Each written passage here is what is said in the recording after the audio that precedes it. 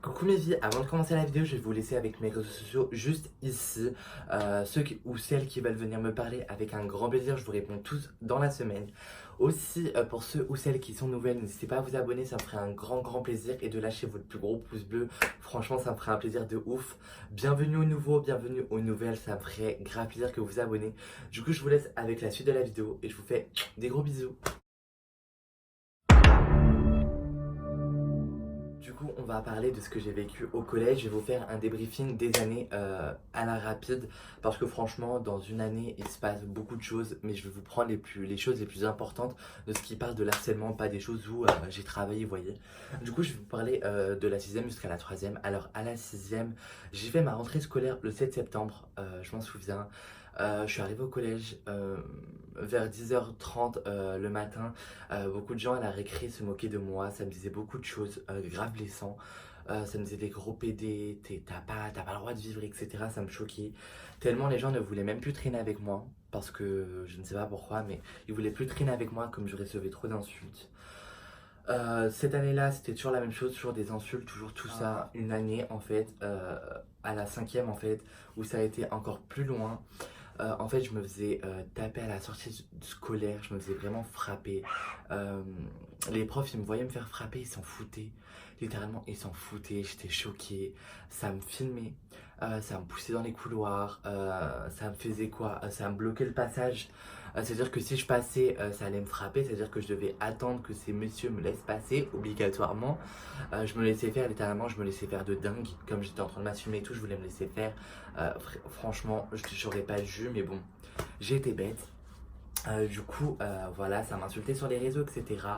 Cette cinquième là, c'était toujours la même chose, toujours des insultes, que ça me frappait, que ça m'attendait à la sortie, que ça me filmait, tout ça. En quatrième,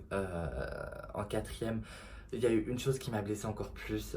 Ça me faisait toujours la même chose que la cinquième, ça me frappait, ça m'attendait à la sortie, etc. Mais en fait, je m'en souviens vers le milieu de l'année du quatrième. Il y a un garçon de la troisième qui m'avait attendu dans un couloir avec un couteau comme ça qu'il avait mis dans sa manche en rentrant à midi. Du coup, ça m'avait choqué.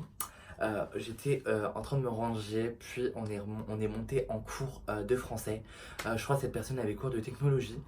Il m'a chopé quand je montais les escaliers en fait pour monter en cours. Il m'a attrapé par le col, il m'a mis sur le côté, il a laissé les élèves passer. Bon, les gens ils s'en foutaient, littéralement ils s'en battaient les couilles, c'était Kylian, on s'en fout.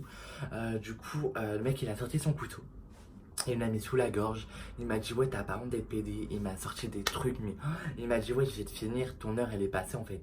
Dans ma tête je me disais ouais je suis fini, genre littéralement je suis fini, adieu Kylian, il n'y a plus de Kylian pour LGBT en fait. Et ça me choquait en fait, j'étais en mode putain mais je vais mourir là, je suis trop jeune pour mourir, vous voyez. Et il y a eu un prof qui est passé et qui l'a attrapé mais il l'a taclé, il lui a mis une sale balayette, il est tombé. J'étais en train de chialer toutes mes larmes de mon corps. J'étais en mode non, faut pas lui faire du mal, il a rien fait, c'est bon, il sait pas ce que c'est un gay. J'étais en train de le défendre, vous voyez, mais j'aurais pas dû, vous voyez. Du coup, je faisais que sécher les cours après ce temps-là. En troisième, quand je suis arrivée en troisième, j'en ai parlé à ma mère.